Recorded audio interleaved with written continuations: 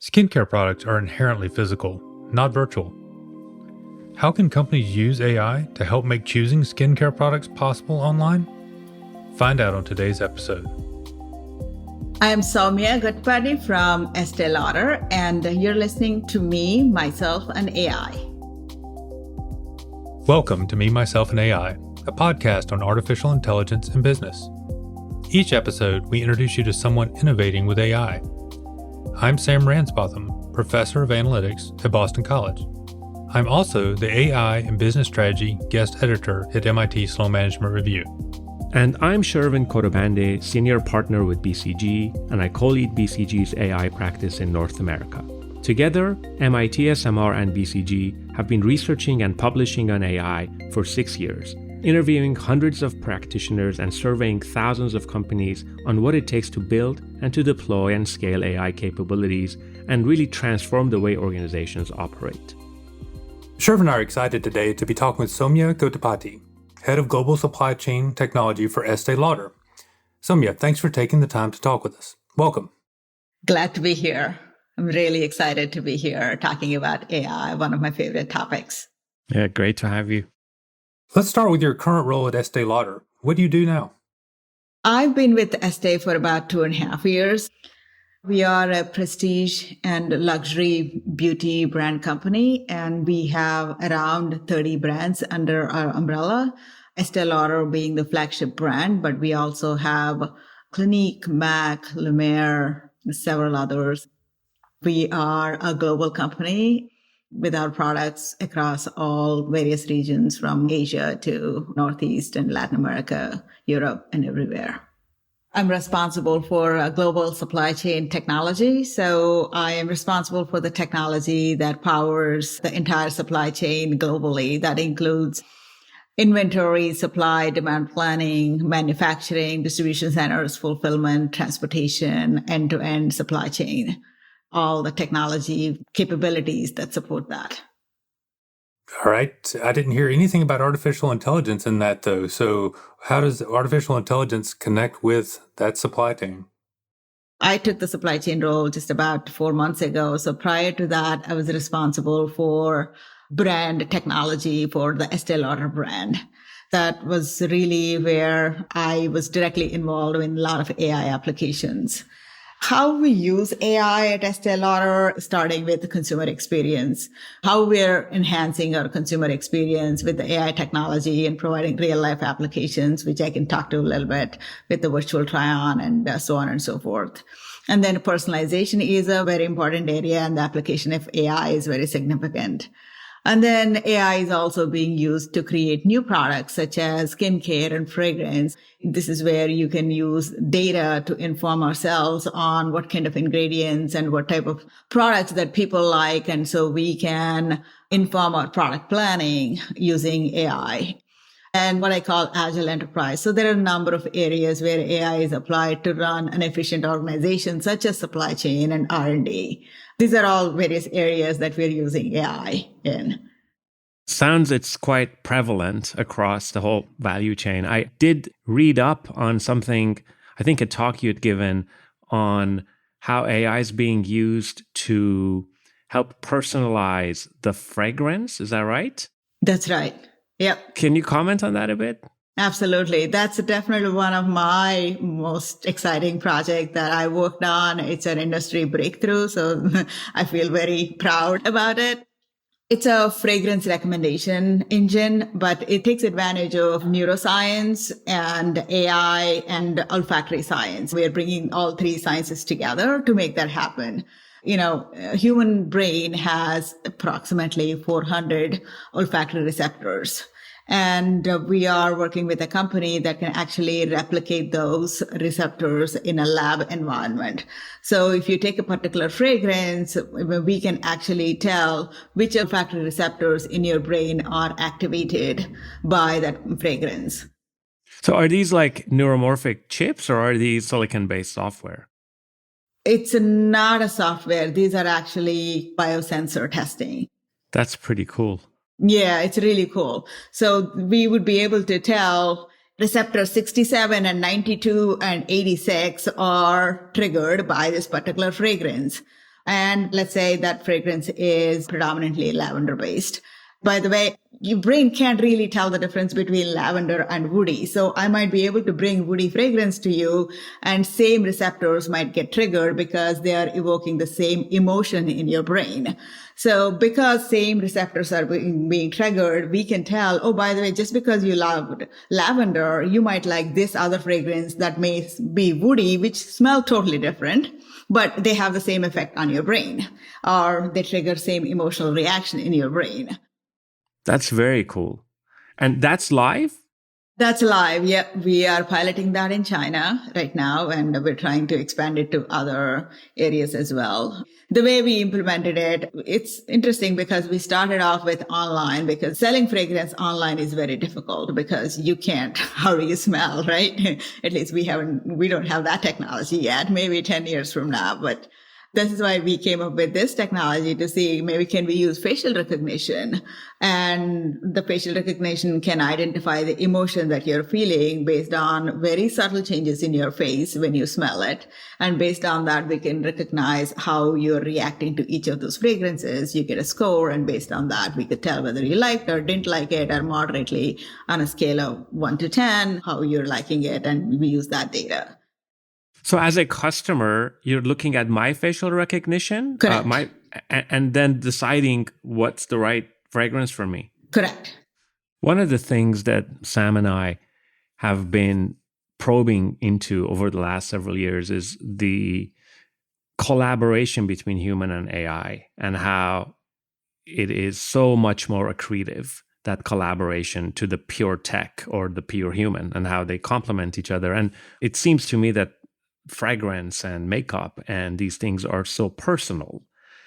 And I have to imagine that in the AI solutions you talked about, there must be or should be a fair amount of human intervention or collaboration. Can you comment on any of that? I get the recommender systems and how it works and the receptors and all that, but is there a human side to this as well, that maybe the experts and maybe the customers are interacting with the recommendations of AI and adapting it?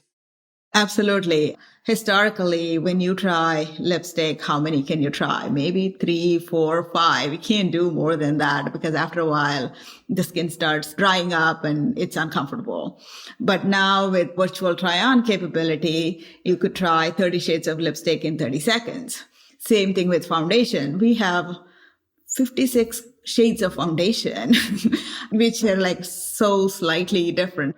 We take pride in providing high touch service. And in each of our stores, we have beauty advisors.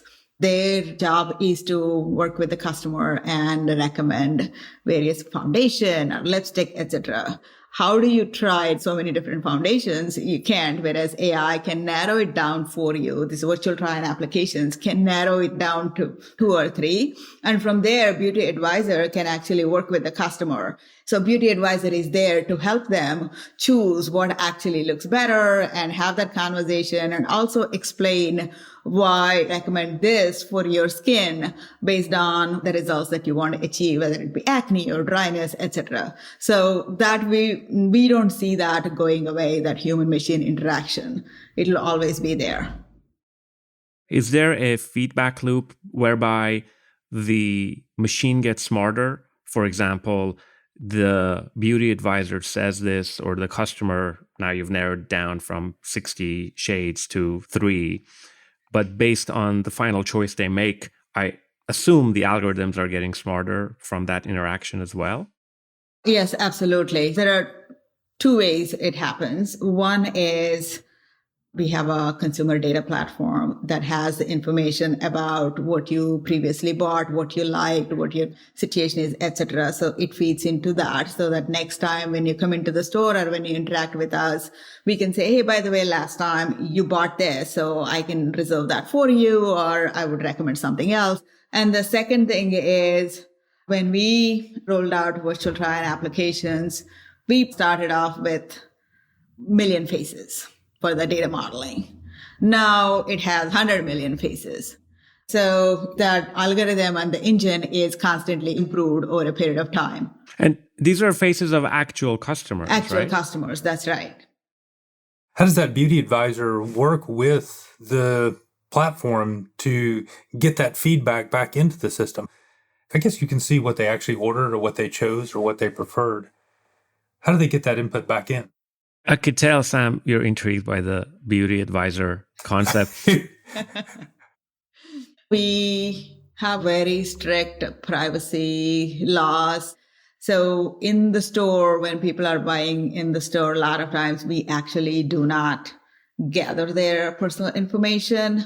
But whereas when they're buying stuff from us online or social platforms where there is a login and that kind of mechanism, then you have that information. So we know exactly what they bought and that information gets passed on. One of the things we're seeing, maybe it's a teaser of our new work to come out, but one of the things we're seeing is that the ability to understand and explain why an algorithm or an AI solution makes a recommendation or pulls out a particular insight or an action, just the ability to sort of understand it rather than it's a black box, helps organizations get a lot more adoption. I can speak in our supply chain world. In the last year, we rolled out AI application to do our supply planning and demand planning. Before, it was spreadsheets and those kinds of things. The moment we started using the AI application, we saw accuracy of 30% increase in our forecasting accuracy. Exactly. Yeah. Some of my clients deliberately will settle for a less precise or less accurate recommendation so that they get the adoption going. Maybe they go for less precision to trade in a little bit of explainability or ability to override. And so that way, at least people will begin to trust it more. I don't know whether you do something like that. Yeah. I have not come across that, but that's a very interesting point. There's an angle there, too, that trades short-term and long-term, Shervin. Like, let's say short-term, they take a compromise solution that isn't quite as good. And then they can come back in 3 months and say, hey, you overrode this and it didn't turn out as good as you thought, sunshine. It's a longer game. It's not just each one-off decision that short-term optimal. I did just that with my son, actually. He was going to a school dance and it was outside and all he had was a T-shirt on. And I said, wear a jacket, wear something. He says, no, I'll be fine. And I'm like, okay, you're going to get sick. And he got sick. But hopefully he learned. And he's like, Dad, you were right. And I'm going to make him listen to this podcast so that he knows now I've said to the whole world. Well, Shervin, if you can drag your kids into this, I have to tell the anecdote that this will shock you, Shervin, but I track the time that my kid's bus arrives every day. So I've got 7 years worth of data now of what time that bus arrives. And so my next step is I'm predicting that. I'm trying to say, okay, what do we think today? Is today going to be an early day? Is today going to be a late day? And then we can leave the house at the right time. But maybe we miss it someday. So I'm not sure who. How's that working? How's that working out for you? I'll have to come back on that later episode and see how that plays out. But at least it's real time, trying to use the dog food of the things that we talk about on the show. Speaking of things we talk about on the show, how's that for a segue? So we have a segment where we ask our guests a series of rapid fire questions. And so the idea is you just hear this question and you give the first response that comes to your mind. And Shervin, are you doing these today or am I doing them today? No, I'm not because I don't have it in front of me. Okay. All right. So, Sowmya, what's been your proudest AI moment? I think I already spoke about this, the fragrance application we built last year. In my current role, that is really my proudest moment. But before that, when I was in my previous job, when we cracked the code on the computer vision, combining computer vision and with natural language processing to break down video processing, because that's really the beginning days of AI, but we were able to build something like that. So that was really cool. This is one thing I think it's the coolest thing about technology. Technology transcends industries. It almost doesn't matter what industry it is. Technology is so pervasive. So I feel so happy that we are able to apply the same technology for totally different applications. And that's the beauty of it. If you'd come up with something that topped the fragrance example, I was going to be super impressed. That was already a pretty proud one. So what worries you the most about AI? What worries me the most? I think it's the data privacy and the bias, those definitely, and the tracking. One hand, when I use Google Maps, I like the functionality. I like what it does, but at the same time, I know Google knows exactly where I am at every second of the day. I don't like that, right? So the privacy and the data tracking piece, absolutely a problem. What's your favorite activity that involves no technology? Reading a book. Do you have any recommendations for us? You can extend your answer with a book recommendation. Recently, it's a very short book that I read, Night Diary. It's about a Pakistani girl during partition between India and Pakistan, and this little girl who didn't talk but wrote a diary every day. It was a really moving and interesting book. I really liked it. So what was the first career that you wanted when you were a child? Oh, I wanted to be a pilot, actually. You are one, right? Yes, I am. Okay, so that got a check mark next to that one. You got that one. Well, I'm more of a recreational pilot, but I actually wanted to be a professional pilot, but that's okay. I'll settle for recreational. I don't know. You've gone from AT&T to NBC to Estée Lauder. There's the next step. So what's your greatest wish for AI in the future? What are you hoping for?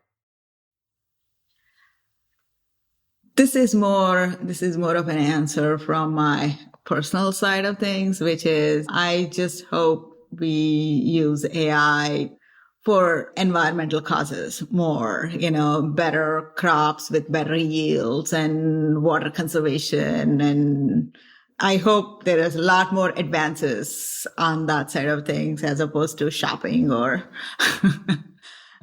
personalized experiences. It's particularly interesting coming from someone who's so interested in both of those aspects that you think that these other aspects might be even more promising. Sowmya, great talking with you, and these are fascinating applications. I think that most people who listen to this are going to remember the smell example. I mean, I think that's just there's something very visceral about that I think will connect with lots of people and spur some thinking. So thanks for taking the time to talk with us. We really enjoyed it. Thank you. Oh, thank you. Yeah, this is so much fun. Thank you so much. And we can have some beauty advisors to work on Sam while we're talking. It's a podcast and nobody knows that I've got a face for radio. Tell them to bring all the shades and foundations and we'll see what they could do. You should go to EsteeLauder.com and try the 30 shades of lipstick in 30 seconds with you, Sam. And the foundation. See how it looks on you. I'll go with you. I just Googled something shades of gray and no, don't go there. No, not that. Don't go there. We've come to the end of Season 4 of Me, Myself, and AI. We'll be back on August 2nd with new episodes. In the meantime, we hope you'll listen to our back episodes and join our LinkedIn community, AI for Leaders, to keep the discussion going. Thanks for listening.